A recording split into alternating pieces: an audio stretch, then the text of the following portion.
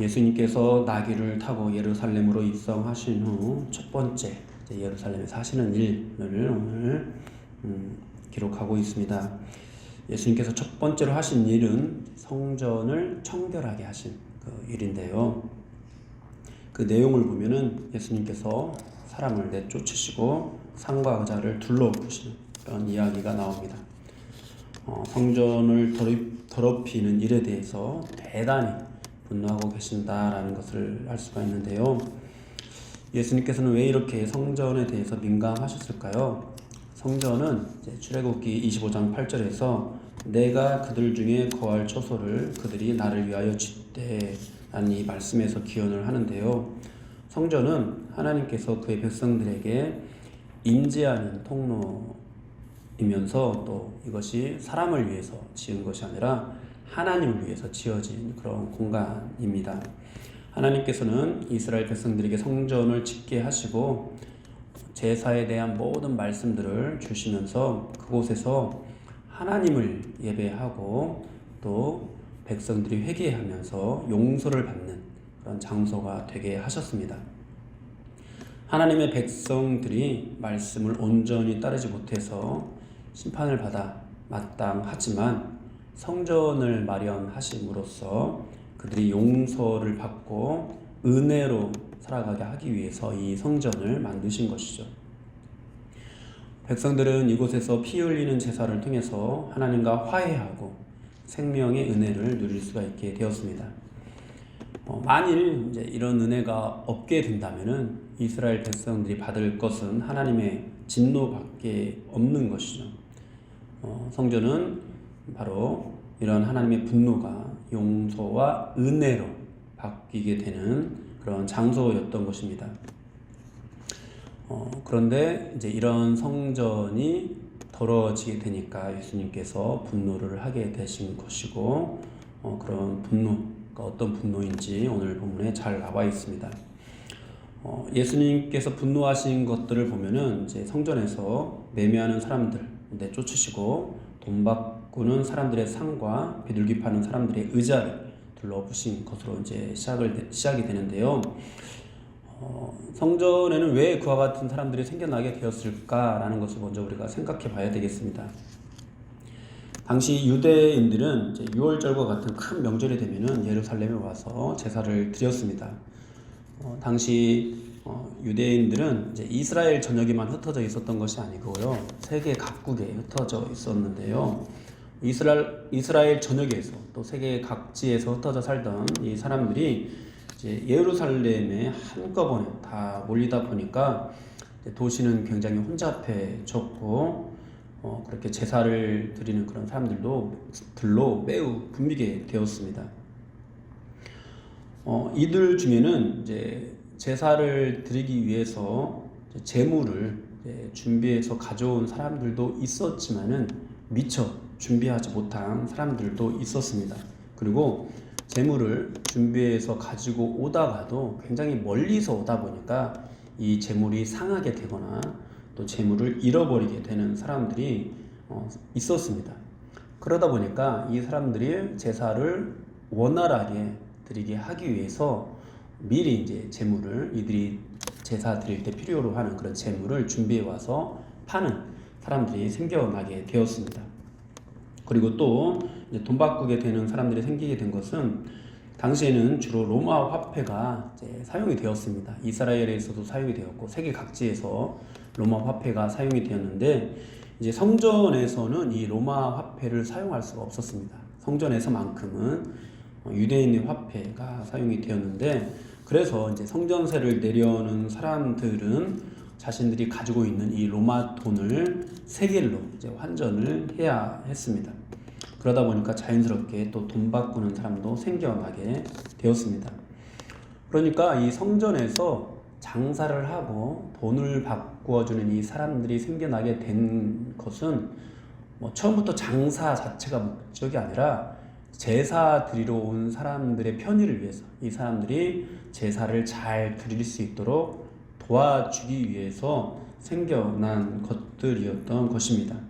그런데 이것이 시간이 지날수록 제사를 잘 섬기기 위한, 제사 드리는 사람들을 잘 섬기기 위한 그런 목적이 아니라 돈을 벌기 위한 수단으로 바뀌게 되었던 것입니다.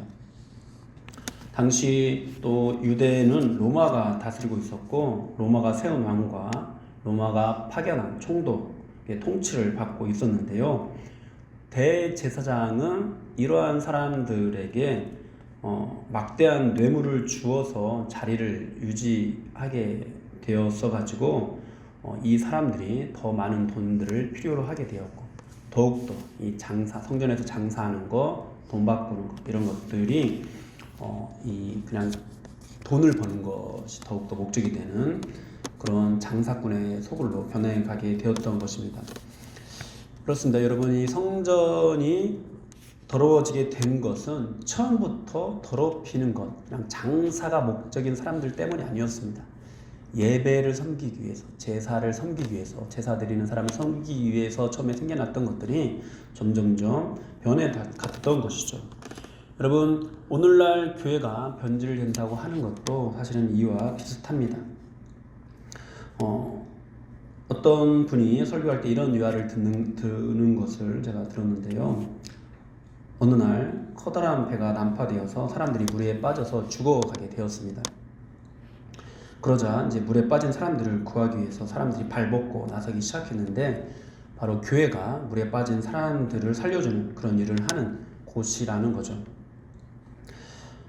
그런데 이 물에 빠진 사람들을 이제 열심히 구해내서 이제 해변가로 건져내다 보니까 이 사람들을 돌봐야 되는, 이제 건짐을 받은 사람들을 돌봐야 되는 일이 필요로 하게 되었습니다. 그래서 이 사람들을 돌보는 사람들이 생겨나게 되었고요. 그리고 또 사람들을 구하기 위한 사람들, 봉사자들도 점점 더 많아지게 되다 보니까 이 봉사자들의 어떤 편의를 위한 시설들, 또 봉사자들이 뭔가 쉼을 얻는 어떤 그런 시설들, 이런 것들도 필요하게 되었습니다. 그렇게 사람들을 많이 구하게 되면서 이미 살아난 사람들을 위한 공간들, 또 사람들을 살리기 위해서 모여든 사람들을 위한 공간들도 필요로 하게 된 것이죠. 근데 이제 시간이 지나다 보니까 점점 이것이 또 변질되어 가지고 이 해변가가 사람을 살리기 위해서 애쓰는 어떤 그런 일을 하기보다도 그냥 이제 건짐을 받은 사람들을 섬기는 일들, 또 그들을 건지기 위해서 이 봉사하는 사람들을 위해서 어떤 편의가 마련되는 것들, 이런 것들이 더 이제 주된 일이 되어 보였습니다.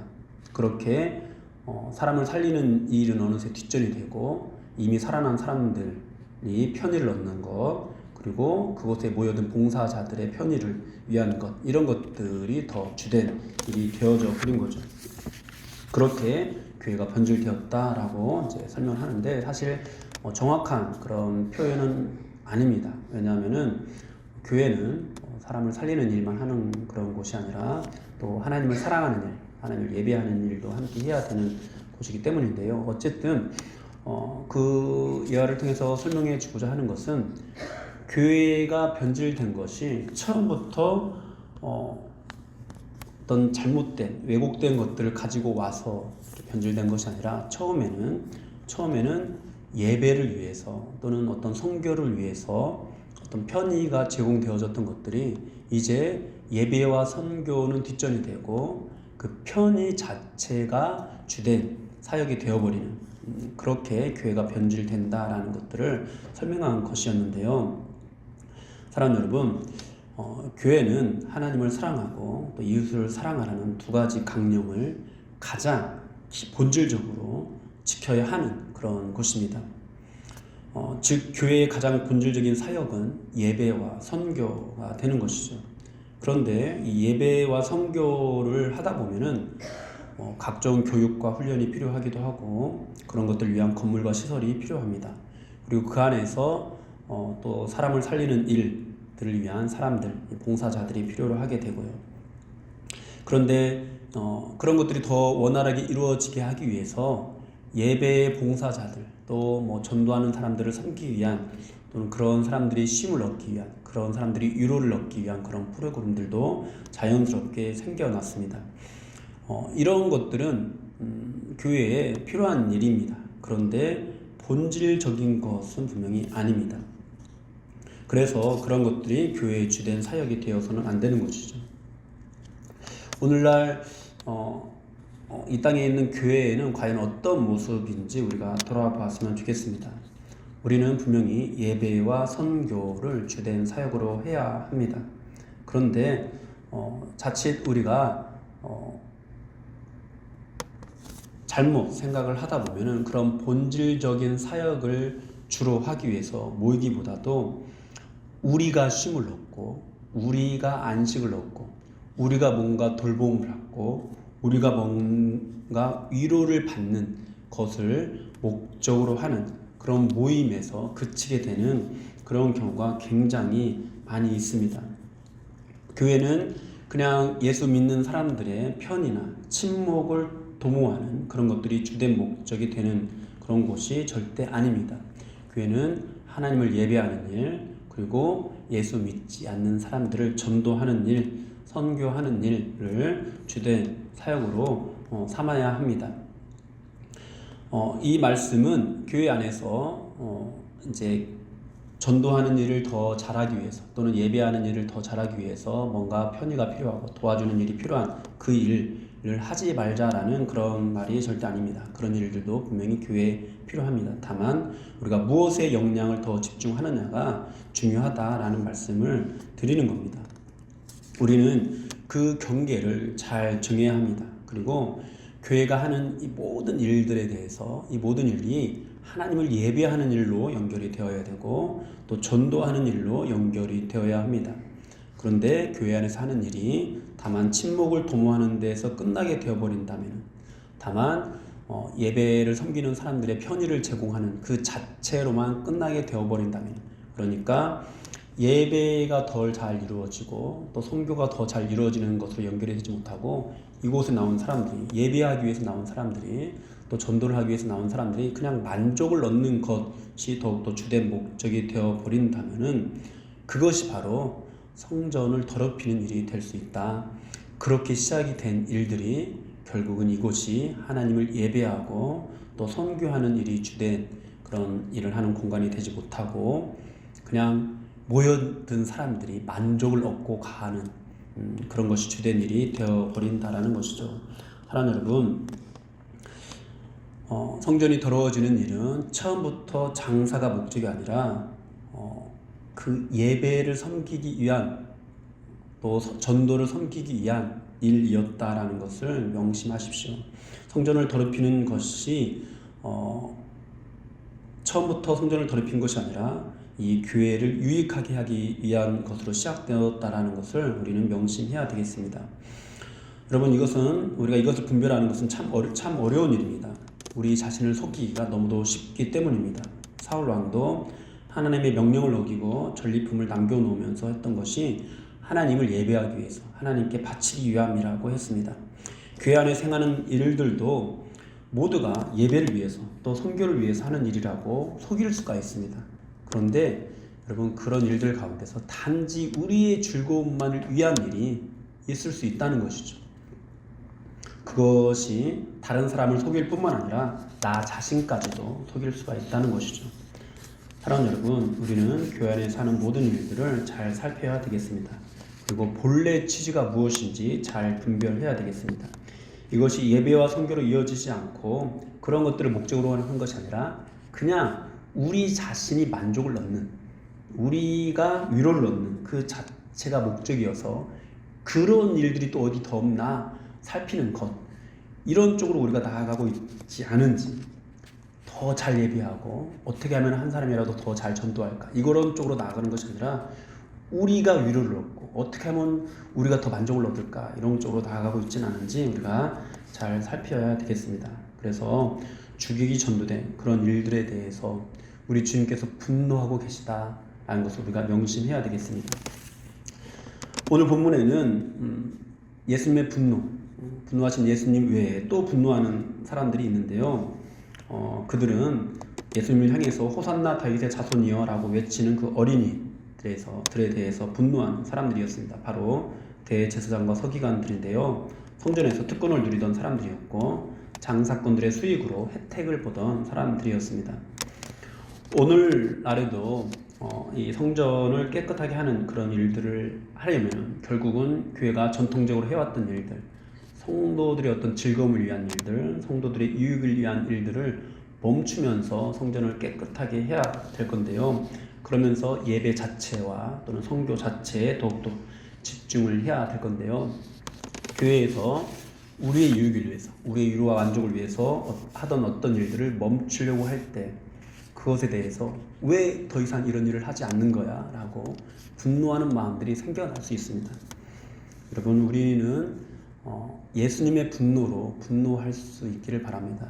저와 여러분들은 오늘 이 대제사장과 서기관들이 했던 분노로 분노하지 않기를 바랍니다. 여러분, 교회가 본질을 회복해 갈 때 혹시 우리 안에서도 대제사장과 서기관들과 같은 그런 분노로 하는 그런 분노가 일어나게 될 수 있다는 사실을 명심하시고 오늘 성전을 청결케 하시는 이런 예수님을 바라보면서 오늘날 혹시 주님께서 이 교회에 다시 오셔서 교회를 깨끗하게 하실 때 하시는 사역들이 무엇인지를 우리가 잘 이해할 수 있으면 좋겠습니다. 우리 주님께서 성전을 청결케 하시는 일은 처음부터 장사가 목적인 것이 절대 아니었습니다. 예배 드리는 사람을 섬기기 위해서, 또 전도하는 일을 섬기기 위해서 그런 일들이 필요로 해서 생겨나게 되었고, 그런 것들 자체가 이제 점점점 목적인 것으로 변질이 되어서 그런 것들을 이제 바로 잡기 위해서 예수님께서 교회를 청결하게 되는 것을 필요로 하신다는 것을 우리가 기억해야 되겠습니다. 그리고 또 주님께서는